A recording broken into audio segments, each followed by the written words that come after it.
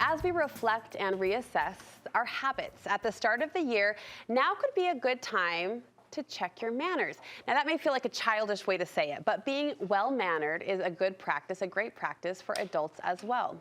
My next guest sees all kinds of people in all sorts of situations and has noticed certain behaviors rise to the top. We asked Boyd Matheson, host of Inside Sources on KSL Radio, to compile a short list of things polite people do. Great to see you. Good to see you. And a few of these ideas came from none other than George Washington. Yeah, because we have to get a little history in there. Sure. It doesn't count. Sure.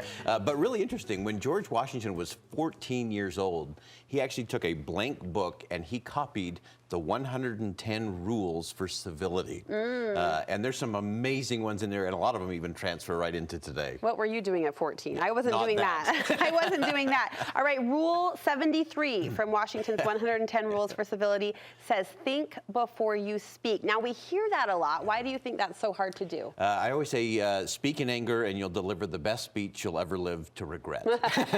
And we've all done that with a spouse, with a boss, with a coworker, and just learning to just slow things down just a little bit. The one thing that makes us human is we have that ability to choose our response. And too often we just react and react and react rather than being intentional. And it makes all the difference. It can diffuse those volatile situations. It can help you get perspective when things are going a little sideways at home. But just learning to just stop and think. Just pause, just take a breath, count to 3, say green Christmas trees, do something that's going to make you smile, and just rethink what you're thinking about so you'll change what you actually speak about. I first learned this professionally. I started out in public relations, and I was fortunate enough to work for a group that it was in the rise of social media when people were spouting off left and right. You have to have an opinion, you have to share it right now. And I was grateful to work for an organization that practiced what you just preached, like to pause, like to wait. Like, who says we have to have an answer now, an opinion now? Who says? Like, just take a minute, and it always serves you. Yeah, that's right. Going with a hot take usually leads to a hot result and often a hot mess. There you go. Oh my gosh, get that bumper sticker. He's a walking bumper sticker. Rule 18 from Washington says, read no letters, books, or papers in company, but when there is a necessity for the doing of it, you must ask leave. Okay. Isn't that awesome? Some jumbled English there, but as we dissect, that basically means don't be rude and read in front of your guests. Yeah, exactly. So enter cell phones. Exactly. And it's so amazing to me that Washington was so prophetic.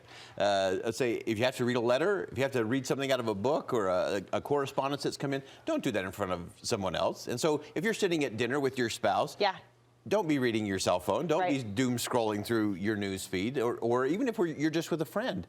You don't have to immediately do that. And if it is something that's important, then make a moment of it and say, you know what, can you give me just a second? I need to address this because I want to give you my full attention. Or I really want to hear what you're saying. And so can you give me 30 seconds? I just need to address this. So address it, get rid of it, and then come back so that you're intentional and you're fully focused. It's funny how the phone has become this inexcusable out. Like, I don't have to preface why I'm picking up my phone, but if I'm sitting with you face to face and doing something else physical, I would tell you, just like you just said.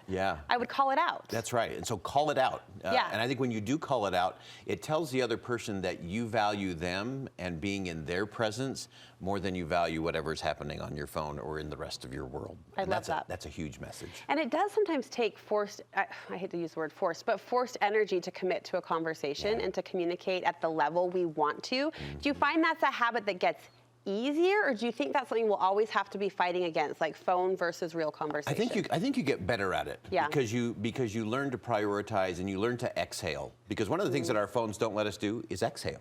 Because you're always tight, you're always clenched, which always puts you in a defensive posture, which even impacts the body language, the tone, the expressions that you're sharing with someone. You may have something because you know your phone's buzzing and you know it's an angry client or something. And someone else is feeling that for no reason. Right, so, it translates. Yeah, so learning to step back, and you get really good at just being still. It is the skill we need for the 21st century. The exhale, I love that. All right, from George Washington to a man of equal caliber, you have 3 rules of your own. First, restraint always works. Yeah, restraint, and it kind of goes back to think before you speak. Just because you can say something doesn't mean you should say something. And this is actually when I learned from Bob Woodward of Watergate fame. He learned that from his editor. He said, restraint always works. And just because because you have a little bit of information doesn't mean you should be driving right through it. And so stepping back, and that goes right back to things like not judging. You know, the person that's in front of you at the checkout line who's being really slow, or the person who cut you off on the freeway. Suspend judgment. Step back just a little bit. Just a little bit of restraint gives you a mile worth of perspective that can help you see an entire situation or an entire human being in a completely different light. You speak a lot about curiosity. I love the word you put in front of that, though. You want us to be radically curious. Radically curious. Find out, why does someone think that way? Yeah. Why is that their perspective? Why are they leaning into this? Why are they so, stuck on this particular issue? And be radically curious about that. I often call this the Wizard of Oz principle. You remember when they were off to see the wizard? It was because. So there's a whole lot of why questions in there. Radical curiosity of why? Because we're so content skimming across the surface of our conversations and our relationships that we don't ask those why questions to get just a little deeper into the conversation. And as two people who ask questions for a living, who, what, where, when, why, don't you think why is the most valuable question? By far the most valuable. And that second and third level why. So not just one level of why. Because. Get a I little like deeper. it. 30 seconds. Stay with the question a little bit longer. Linger. Yeah, just linger with it. Einstein said he wasn't smarter than anyone else. He was just willing to stay with the question a little longer. Oh, I haven't heard that. Yeah, and there's nothing better in a conversation than to slow down enough so the other person knows, I'm so interested in this, I want to stay with this. Yeah.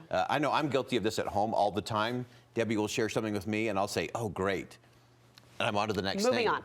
And I need to stop and engage in that and reflect, linger in that just a little bit longer. And when you do that, all kinds of magic begins to happen. Here's to slower conversations in 2024. Thank you, Boyd. More Thank from you. Boyd. More from Boyd. 1 to 3 every day on KSL News Radio.